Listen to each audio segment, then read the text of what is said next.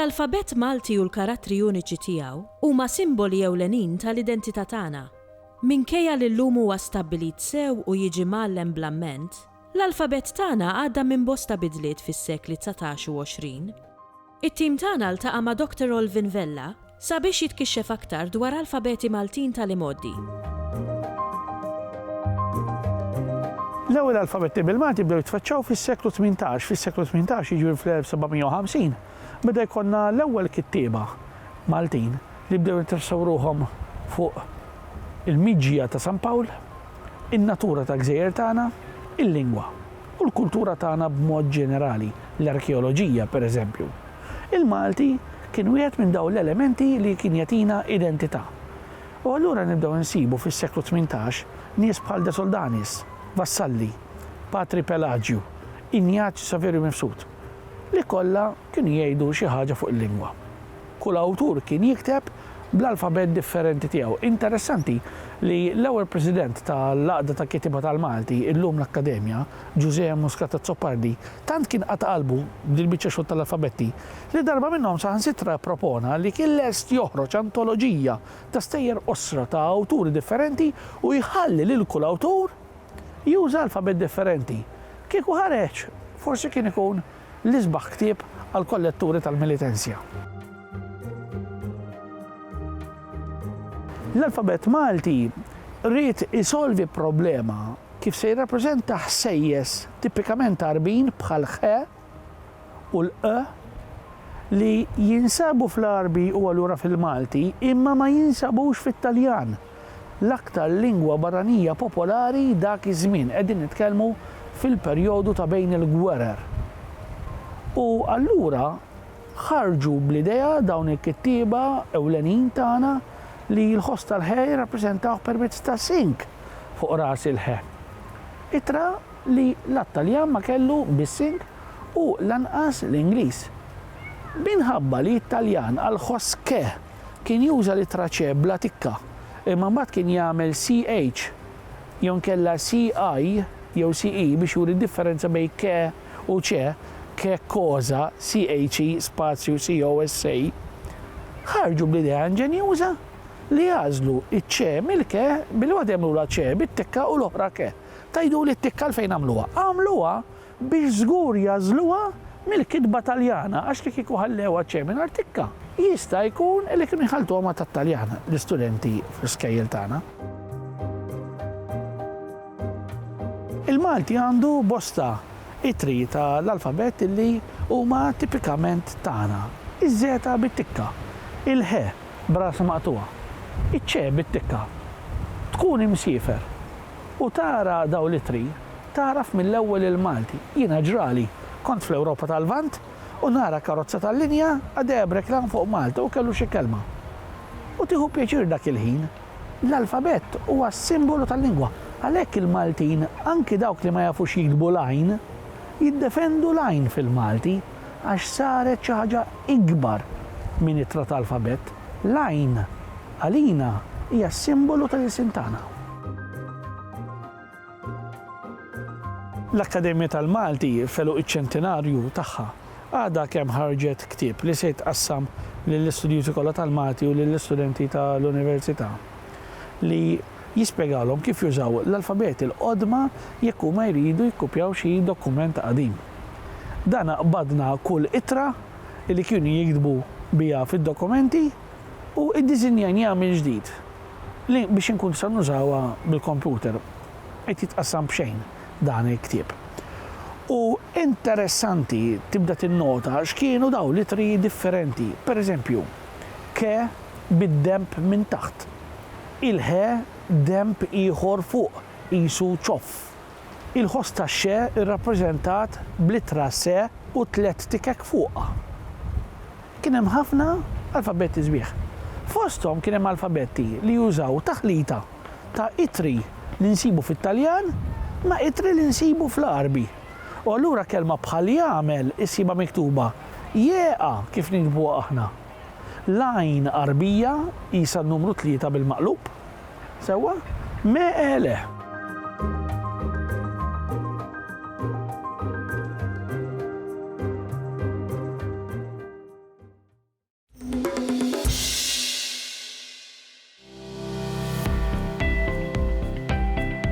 Ftit wara l-miraklu ta' twelid, iseħħ miraklu ieħor, il-kisba tat-taħdid. F'din ir-rokna nlaqgħukom ma' Josette Bezzina u Joanne Mifsud li se jkellmuna dwar it-taħdid fi snin bikrin. Meta t-tfal nesponuhom għal iktar minn lingwa waħda, nkunu qegħdin ngħinuhom biex ikabru l-IQ tagħhom, biex ikabru l-kreattività tagħhom u anki nafu li jgħinuhom biex jiżviluppaw ħiliet diversi. Importanti li aħna bħala ġenituri dejjem naraw x'inhi l-iktar lingwa li aħna komdi biha. Mela jekk aħna fid-dar iktar komdi nitkellmu bil-Malti, dik ħad tkun il-lingwa prinċipali tagħna. Imbagħad jekk aħna rridu li t-tfal nkellmuhom ukoll bl-Ingliż, allura rridu noħolqu speċi ta' pjan. Dan jista' jkun ukoll viċeversa, ġifieri jekk aħna nkellmuhom bl-Ingliż bħala l-lingwa li aktar komda lina li nkellmuhom biha, irridu nagħmlu pjan għal-lingwa Maltija. X'jista' jkun dan il-pjan? Pratikament il-pjan huwa li pereżempju niddeċiedu li l-om ħatkellem l-uliet bil-Malti u l-missier bl-Ingliż jew viċeversa. Jista' jkun hemm pjan ukoll fejn ngħidu sma' il-ġenituri li l-uliedhom ħajkellmuhom dik il-lingwa, imma mbagħad in-nanniet ħajkellmuhom b'lingwa oħra. Inkella pjan terġa' iktar differenti fejn aħna ħanibqgħu nitkellmu bil-lingwa li aħna komdi biha fid-dar, bil-Malti jew bl-Ingliż, imbagħad ħanoħolqu okkażjoni fejn it-tfal ħankellmuhom bil-lingwa l-oħra. Bħal pereżempju billi naqrawlhom l-istejjer, billi nilagħbu logħob, billi nagħmlu attivitajiet fejn aħna ħanitkellmu iktar bil-lingwa tieni lingwa tagħna, bħal pereżempju ngħidu aħna ħansajru xi ħaġa. Mela allura il-lingwa meta hija f'kuntest, it-tfal ħajfhmuha u ħajfhmu wkoll vokabularju differenti. L-importanti ħafna huma l-attitudnijiet tagħna bħala ġenituri, għaliex jekk aħna għandna xi attitudni negattiva lejn xi lingwa dik ħatgħaddi għand it-tfal tagħna. Allura importanti li ż-żewġ lingwi iva nesponuhom it-tfal għalihom, però importanti li ma nħaltux. Anki meta t-tfal ikunu qegħdin jitkellmu magħna, hija ngħidu għandek it-tifla u qed tgħidlek isma' jiena għandi 2 pupi. Ħanikkorreġu billi nirrepetu s-sentenza kif suppost. Ngħidula, iva, inti għandek 2 pupi, ħalli hekk aħna nkunu ċari li ma nħaltux il-Malti u l-Ingliż flimkien.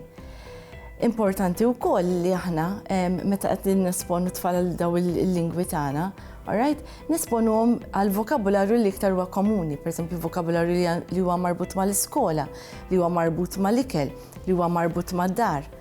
Għandna wkoll użu ta' teknoloġija li nafu kemm tgħinna, nafu li t-tfal illum ikollhom it-tablets f'idejhom, il-mobiles f'idejhom, però importanti li niftakru l-lingwa hija komunikazzjoni. U allura komunikazzjoni ma ssirx wieħed waħdu jew waħda waħda, allura importanti li aħna meta tfal qed nesponuhom anki għat-teknoloġija, aħna nkunu magħhom, niddiskutu magħhom, nisimgħuhom u nitkellmu. Ejja ma ninsewx li l-komunikazzjoni hija xi ħaġa sabiħa li hija logħba sabiħa fil-ħajja tagħna. Xi ġenituri jaħsbu li l-aħjar mod kif inti tista' tikkomunika mal-tfal żgħar tiegħek huwa billi tuża il-baby talk. Ir-riċerka turina li meta aħna nitkellmu bil-mod, nirrepetu xi kliem, nagħmlu espressjonijiet bil-wiċċ jew nkella nużaw idejna fil-waqt li nkunu qed nitgħallmu, dan se jgħin it-tfal biex jitgħallmu vokabularju ġdid, jagħmlu distinzjoni bejn kelma u oħra u jarfu partijiet tas-sentenza.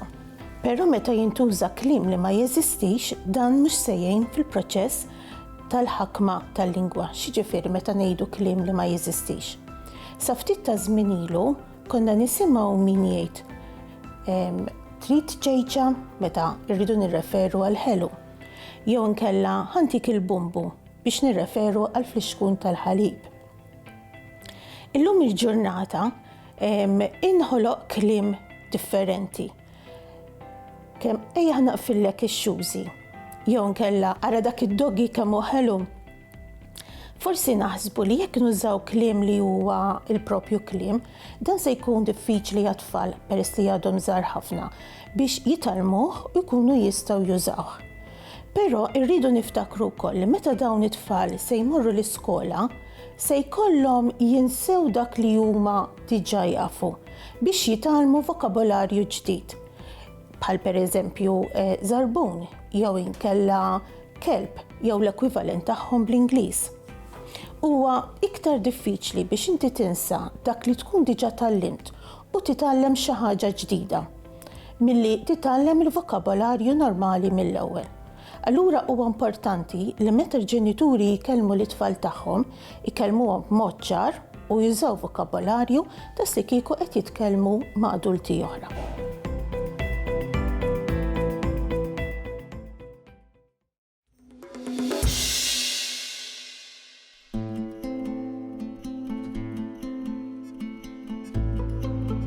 Mal-ġimgħa l-kbira nassoċjaw diversi snajja u tradizzjonijiet bħat teatru ta' triq u l-iskultura, il-marċi funebri u l-pittura.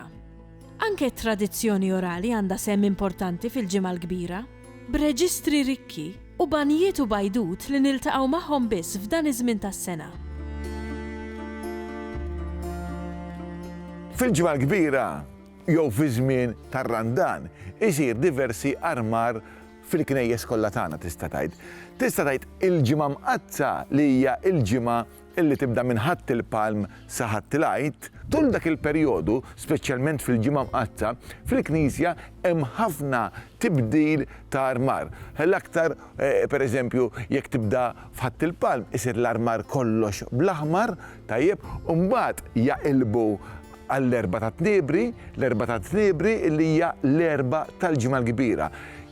Tniebri ġejja mill-kelma tenebre, swidija, dlam, għaliex għax fl-antik il-knejjes tagħna kienu jagħtu kullum kien bit-trappijiet suwed u vjola biex jitalmu l-Knisja. F'din il-famuża erba' ta' Tniebri ġejja minn kelma tenebre, swidija, dlam, sewwa għandna wkoll ħafna minna jiftakru wkoll, jiena ma niftakarix imma rajt ħafna fuqha il-funzjoni propju tal-erba' ta' Tniebri fejn kienu jitkantaw is-salmi u l-lawdi kollox bil-Latin, ovvjament qabel il-Konċilju Vatikan II, kienu kun hemm kandilabru ta' 15 il-xema u wara kull kant ta' kull salm kien joħroġ abbati u jitfi xema. F'din il-funzjoni ħafna jsemmu it-terremot, il-famuż terremot fejn il-qassisin, kienu jibdew il-qassisin li kienu jkunu fil-kor ikantaw il-lawdi u s-salmi tajjeb, daw kienu kollhom sedini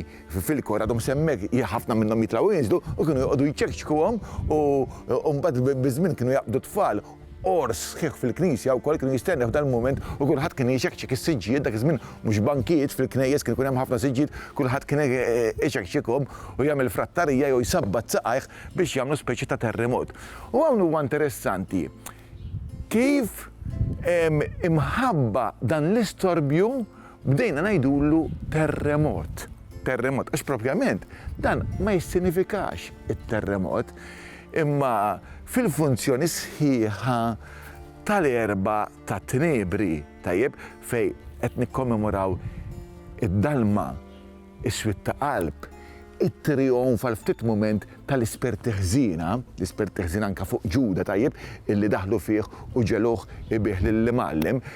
Dik l-idea ta' storbju kienet ta' tkeċċija tal-ispirti ħżiena biex ma jħallux dik il-funzjoni l-ispirti sħiħa jersqu lhem. Allura kien ikun hemm ħafna barra t-tiżbit kien ikun hemm kx kienu jagħmlu hekk.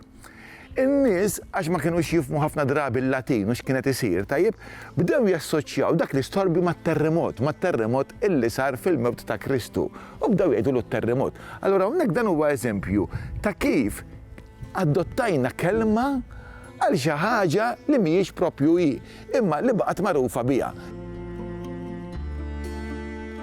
Fid-Duluri kien hawn ukoll it-tradizzjoni tas-seba' bukkuni.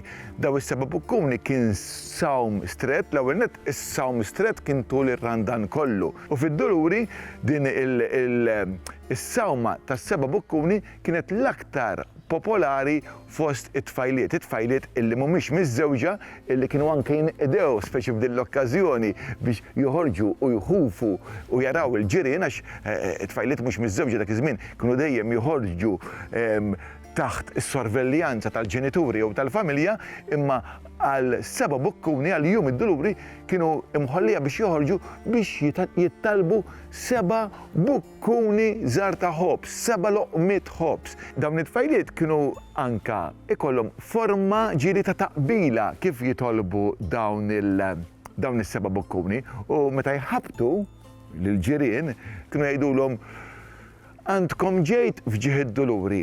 Loqma ħobs nitlopatuni, f'din is-sawma ħobs u ilma għandi bżonn 7 bukkuni. Mbagħad kien hawn pereżempju bħala ħlewwiet ta' tfal biex joqogħdu kwieti fir-randan kienu jtuhom il-karamelli tal-ħarrub. Karamelli tal-ħarrub jekk tikollhom ma tagħmilx dnub.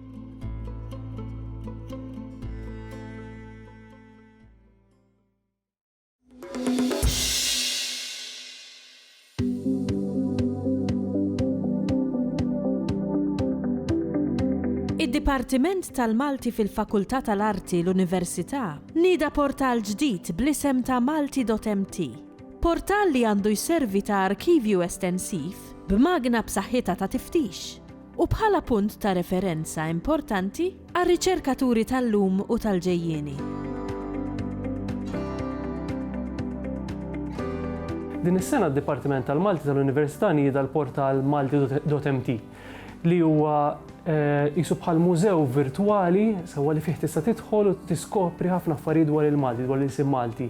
U nistgħu ngħidu hekk għandu kmamar differenti, swali differenti tidħol f'sala li hija dwar pereżempju t-terminoloġija, sala oħra li hija dwar il-letteratura, sala oħra dwar it-tradizzjoni orali, dak li uritna bil-fom minn ta' qabilna, oħra fuq id-dialetti, insomma aspetti differenti ta' riċerka li ssir mill-letturi tad-Dipartiment tal-Malti ma' wkoll mill-istudenti biex tkun online u indirettament inkunu jew bħala għan sekondarju nkunu wkoll qed inżidu l-preżenza tal-Malti fid-dinja diġitali li hija importanti ħafna.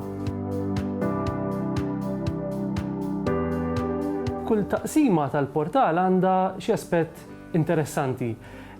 Forsi waħda mill-iktar interessanti hija fit-taqsima ta' dialetti li fiha hemm mappa interattiva li fiha tista' tafas fuq lokalità u tisma' id-dialett ta' dak il-post partikolari. U li hemm sabiħ li tista' tisma' id-dialetti kif kienu mitkellma fit-sittinijiet u s-sebgħinijiet għandna recordings kienu għamlu Giuseppe Kulina u kollegi tiegħu. Mbagħad tista' tisma' id-dialett kif inhu użat bħalissa, ġifieri qed nagħmlu recordings riċenti biex ikollna kontinwità li nibqgħu nibnu. Hemm ukoll mapep dwar aspetti oħra ta' dialetti, il-kliem, għax il-kliem jinbidel minn raħal għal ieħor u tista' allura tażel kelma bħal petne sewa u taraf li marħula tintuża u mbagħad tażel moxt u taraf li marħula tintuża bil-kuluri, jkun hemm il-kuluri kanġu u jruk dawk li l-iktar fl-iktar postijiet li tintuża u fejn tintuża inqas il-kelma jew ma tintuża xejn.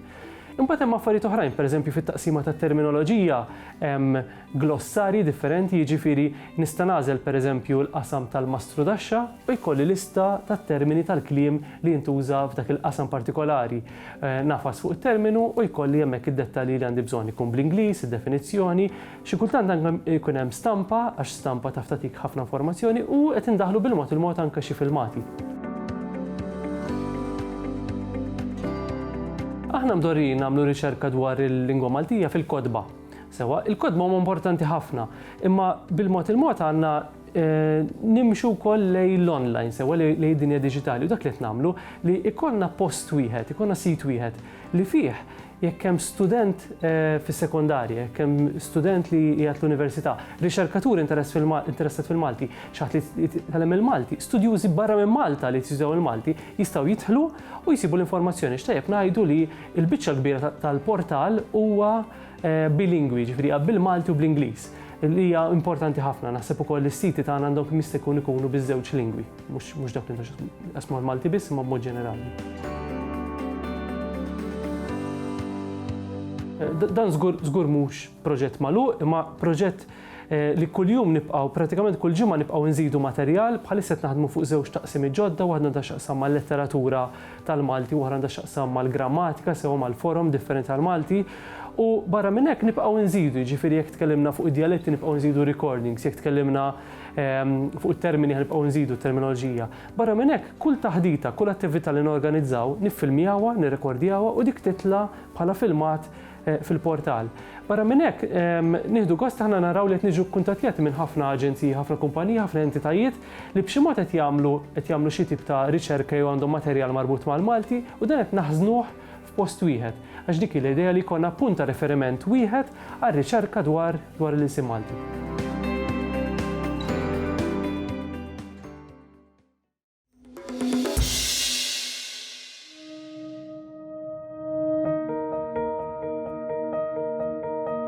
Il-professur Oliver Friġġieri mhux biss ġabar u riċerka l-poeżiji ta' bosta kittieba Maltin, imma kienu stess poeta mill-aqwa li ħalla bwirt tiegħu ġabrid sbieħ ta' kitbiet poetiċi u li firex it-tradizzjoni letterarja Maltija fuq sma ġodda. Il-poeżija ta' Oliver Friġġieri fundamentalment titratta l-qada umana, mod speċjali l-assurditajiet eżistenzjali, il-paradossi intrinsiċi tal-eżistenza, il-fatt li l-ħajja biex tingħax trid tifnija, trid taħlija, u fuq kollox anki għandu dik l-idea ta' ħajja aċċidentali, jiġri kontingenti, identità u storja magħmulin minn serja ta' kombinazzjonijiet. Għada umana temporali. Jiġifieri l-valur tagħha ġej, paradossalment, mill-possibilità kontinwa ta' tmiem prematur. Jew anke mill-għarfien innifsu li kull moment enerġetiku ta' ħajjitna huwa wkoll ħela ta' enerġija. Jien naħseb li dan huwa wieħed mill-motivi fundamentali primarji tal-lirika ta' Friġġieri. Narawh dan il-motiv ngħidu aħna fl-eleġiji memorabbli li għandu sewwa, eleġiji autobiografiċi, ġifieri għandhom ukoll is-saħħa tal-avveniment veru ta' tiġrib illi seħħ tassew. Jiġuni f'moħħi Pellegrin Distratt, eleġija lil tifel li miet qabel twilet, anke titlu waħdu, Pellegrin Distratt. Dal-bniedem illi kien se jaqbad triq b'devozzjoni hekk jagħmel il-Pellegrin, b'destinazzjoni sagra, dik hija t-triq tal-ħajja, imma mbagħad jiġi distratt, jiġi aljenat minn xi ħaġa aqwa minn dil-ħajja temporali. Hemm wart li ma jiftaħx, hemm frott li jinxef sigħat qabel jinqata', hemm qamħ li jaqa' lejlet il-ħsad, hemm lejl qiegħed jistenna żerniq ta' xemx li niżlet qabel telet. Int xema li ma xelx, int poeżija miktuba l xejn, int kelma f'dizzjonarju ta' lingwa mhux magħrufa, katakombi li fik ma jirfes ħadd, int knisja vojta, asfur bla kant, munita falsa, int ibni. Fil-kontinent skur tiegħek tkaxkart qalb il-widien, dbandalt mal-mewġ tal-ibħra, stennejt iż-żmien. Bil-sin sigriet li sint li dil-kelma ta' qatt, kantajt li l-eleġija ta' bniedem li muħatt. Kellimtek u kellimtni b'ritmu ta' eternità, laqlaqt sillabi suwed, bibja ta' verità. Dal-vjaġġ inut li tiegħek, dal-jum li ma sebaħx, dil-melodija muta tal-waħx. Tfinnik bla funerali, bkejnik bla qatra dmuħ, ejjejt fil-mixja, kmini. Jixtieq jistrieħ, ħalluh. Tqajmuhx għax in-nas ħadu, tajtux għaliex taħsduh. Tfemuhx għax ġafem kollox, għaliex sejrin tarmuh. Int Pellegrin Distratt li tilef triqtu, int qronfla li ma tfuħx, kun jom bla isem u isem bla kun jom, int xejn, int ibni. Motiv ieħor ewlieni ta' Friġġieri huwa il-konfront bejn il-politiku u figuri pubbliċi oħra li jużaw ir-retorika, speċjalment il-figura tal-politiku. Hemm ħafna poeżiji li jikkuntrarjaw lingwaġġi oħra fl-opra poetika ta' Friġġieri. Ngħidu aħna dal-poeżiji li jaħduha ma' retorika assertiva, propagandistika tal-politika.